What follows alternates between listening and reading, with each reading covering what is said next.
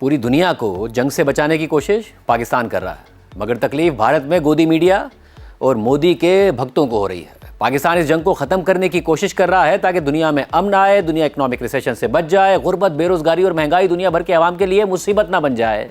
मगर भारत में गोदी मीडिया और मोदी के भक्तों को जलन हो रही है और वो ऐसे नाराज़ हुए बैठे हैं कि जैसे अमन हो गया तो इंडिया में जंग छिड़ जाएगी। ईरान भी इंडिया का इत्तेहादी है और अमेरिका भी, मगर फिर भी अमन की कोशिश पर इसलिए तकलीफ है क्योंकि ये कोशिश पाकिस्तान कर रहा है। और ऊपर से भारत में जो रीजनेबल और अमन की हामी आवाज़ें हैं उनकी भी वहाँ ट्रोलिंग की जा रही है। इसलिए आपके सामने यह हकाइक रखते हैं कि पाकिस्तान की अमन की इस कोशिश का भारत को कितना बड़ा फ़ायदा है। ये बात दुरुस्त है कि भारतीय मईशत पाकिस्तान से बड़ी भी है और मजबूत भी है। इकोनॉमी का साइज़, फॉरेन डायरेक्ट इन्वेस्टमेंट और फॉरेन एक्सचेंज रिजर्व्स सब ज़्यादा हैं, बल्कि कई गुना ज़्यादा हैं। भारत के वो मसाइल भी नहीं हैं जो पाकिस्तान के हैं, मगर ये भी हकीकत है कि ईरान जंग से पहले भारतीय इकोनॉमी प्रेशर में थी और इस जंग ने उस प्रेशर को मज़ीद बढ़ा दिया है। इस साल भारतीय रुपया पूरे एशिया की सबसे बुरी कारकर्दगी दिखाने वाली यानी वर्स्ट परफॉर्मिंग करेंसी है और ईरान जंग के बाद भारतीय रुपये पर और प्रेशर पड़ा और वो मज़ीद गिरा। तो इस करेंसी को सहारा देने के लिए भारतीय स्टेट बैंक को मार्केट में डॉलर्स सेल करने पड़े। तेल और गैस इंतहाई महंगा होने की वजह से भारत को ज़्यादा डॉलर्स खर्च करने पड़ रहे हैं क्योंकि भारत दुनिया का बड़ा क्रूड ऑयल इंपोर्टर है। और वैसे भी नाज़रीन, अगर ईरान जंग की वजह से दुनिया भर की मईशतों में रिसेशन आएगा तो क्या भारतीय मईशत महफूज रहेगी? क्या भारत में फॉरेन डायरेक्ट इन्वेस्टमेंट जो पहले ही गिर रही है वो मज़ीद नहीं गिरेगी? क्या दुनिया में डिमांड कम होने की वजह से भारतीय एक्सपोर्ट्स नहीं गिरेंगी? और जिस दिन सीज़ फायर का ऐलान हुआ तो क्या उसके बाद सिर्फ पाकिस्तानी स्टॉक मार्केट में इजाफा हुआ था? जो भारतीय मार्केट गिर गिर कर 72,000 पॉइंट्स पर चली गई थी, क्या वो 5,000 पॉइंट्स इजाफे के साथ 77,000 पॉइंट्स पर नहीं पहुंच गई? यानी पाकिस्तान की कोशिशों से भारत और भारतीय आवाम का भरपूर फायदा हो रहा है, मगर गोदी मीडिया और मोदी के भक्तों को जलन हो रही है। 7 अप्रैल की रॉयटर्स की रिपोर्ट के मुताबिक भारत में कमर्शियल गैस ना होने की वजह से लोग परेशान हैं, कारोबार मुतासिर हो रहे हैं, रेस्टोरेंट्स बंद हो रहे हैं, चीनी, खाने के तेल और दीगर अशिया की डिमांड गिर रही है। यहाँ तक कि सड़क पर समोसे और छोले भटूरे बेचने वाले के भी कारोबार ठप हो रहे हैं क्योंकि उनके पास पकाने को गैस नहीं है। क्योंकि भारत दुनिया का दूसरा बड़ा एलपीजी इंपोर्टर है। 33 million metric ton LPG Bharat इस्तेमाल करता है, जिसका 60% इंपोर्ट करता है और उस 60% का भी 90% मिडिल ईस्ट से, अरब ममालिक से इंपोर्ट करता है।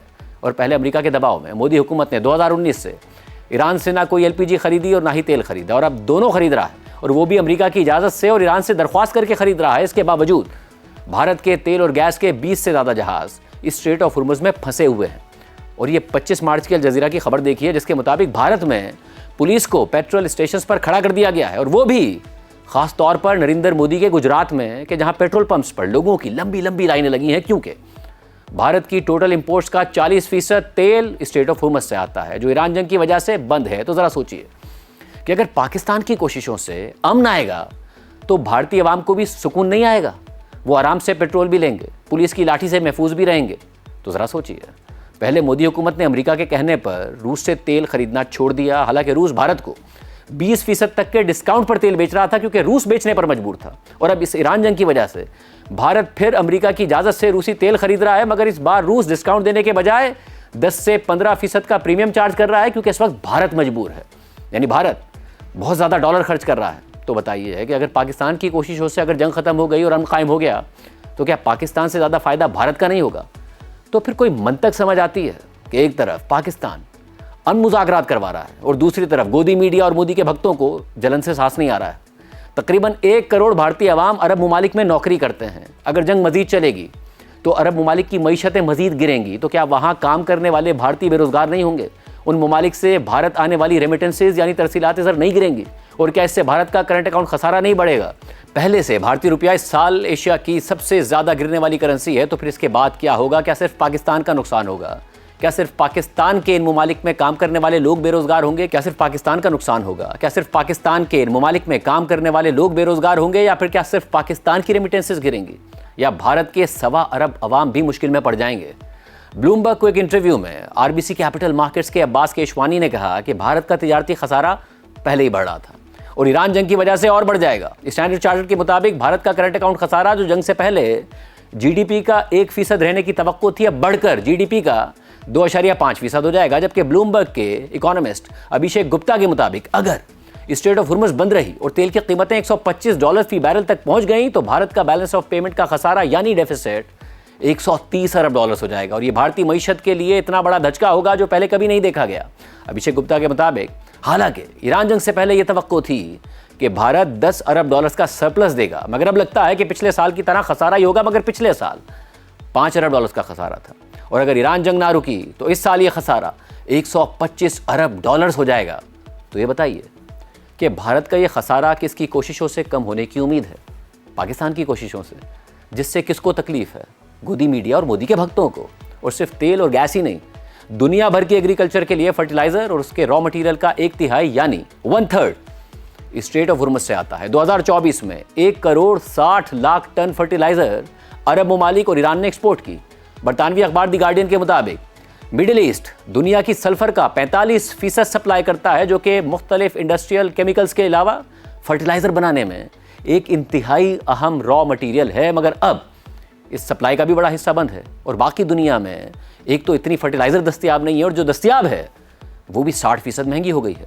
मगर क्या इसका नुकसान सिर्फ पाकिस्तान और बाकी ममालिक के किसानों और आवाम को होगा और भारत को नहीं होगा?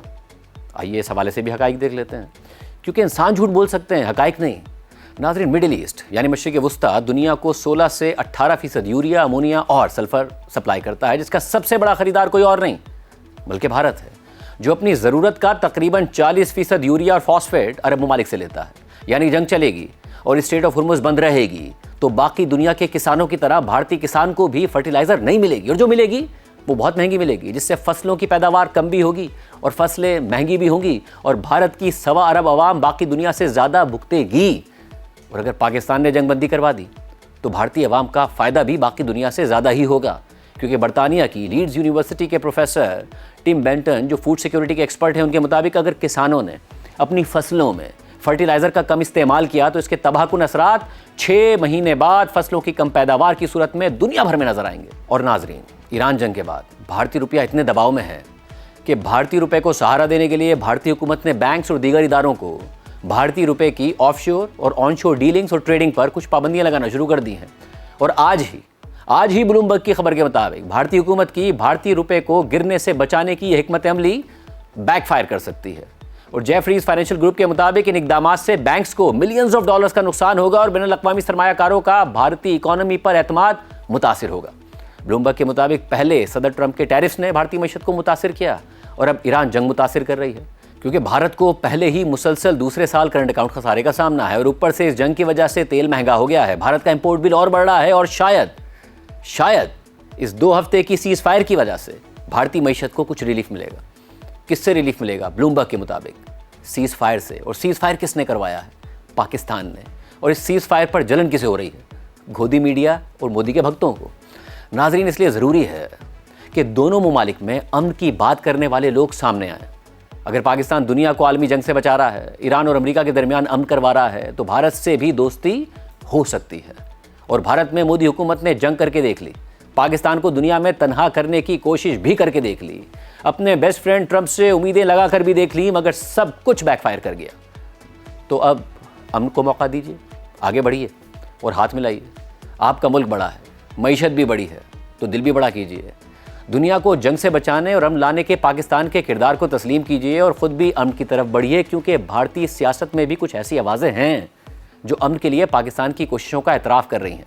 मारूफ भारतीय सियासतदान और कांग्रेस के सीनियर रहनुमा शशि थरूर ने भारतीय मीडिया को इंटरव्यू में कहा कि पाकिस्तान जो कुछ कर रहा है वो अमन के लिए कर रहा है और हम भी यही चाहते हैं। पाकिस्तान के किरदार का एहतराम किया जाना चाहिए और हमें एक तनकीद करने वाले या नाराज़ मुल्क की तरह नज़र नहीं आना चाहिए।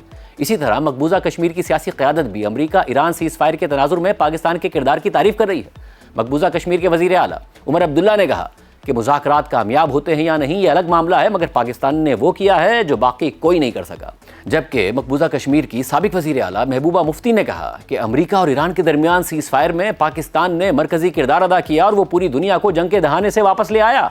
भारतीय अपोजिशन जमात कांग्रेस की जानिब से भी मोदी हुकूमत की खारजा पॉलिसी को तनकीद का निशाना बनाने का सिलसिला जारी है। कांग्रेस रहनुमा सुप्रिया श्रीनाथ ने कहा कि यह भारत के लिए परेशानी की बात है कि पाकिस्तान ग्लोबल पॉलिटिक्स का खिलाड़ी बना हुआ है और भारत पूरे मंजरनामे से गायब है।